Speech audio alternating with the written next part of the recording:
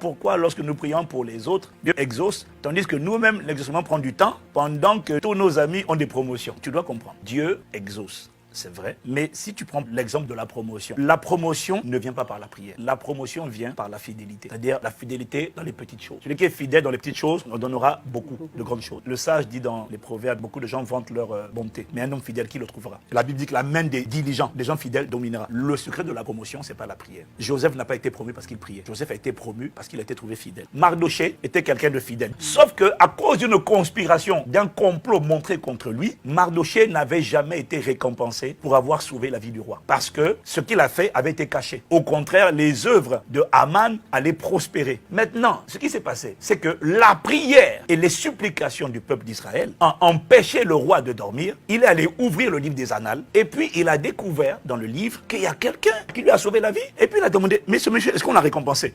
Non. Mais pourtant, il a sauvé la vie du roi. Il a servi fidèlement le roi. Il a protégé le roi, mais il n'a pas été récompensé. Dans ce cas-là, la prière va effectuer des corrections, des rattrapages d'injustice. La prière va amener Dieu à faire justice lorsque les élus ont crié à lui. Mais si les élus, si la personne pour qui on prie n'a pas semé la fidélité, elle n'a pas semé la diligence. Bon, tu veux la promotion au travail, tu arrives en retard, tu pars en avance. Et au boulot, tu es un boulet. Bon, écoute, on va prier pour tout le monde là. Mais tu aimes le Seigneur, tu intercèdes pour les autres et Dieu bénit les autres. Peut-être que Dieu bénit parce que les autres sont fidèles aussi. C'est impossible qu'il en soit autrement. Bah oui. Dieu ne lève pas les gens parce qu'on a prié pour eux.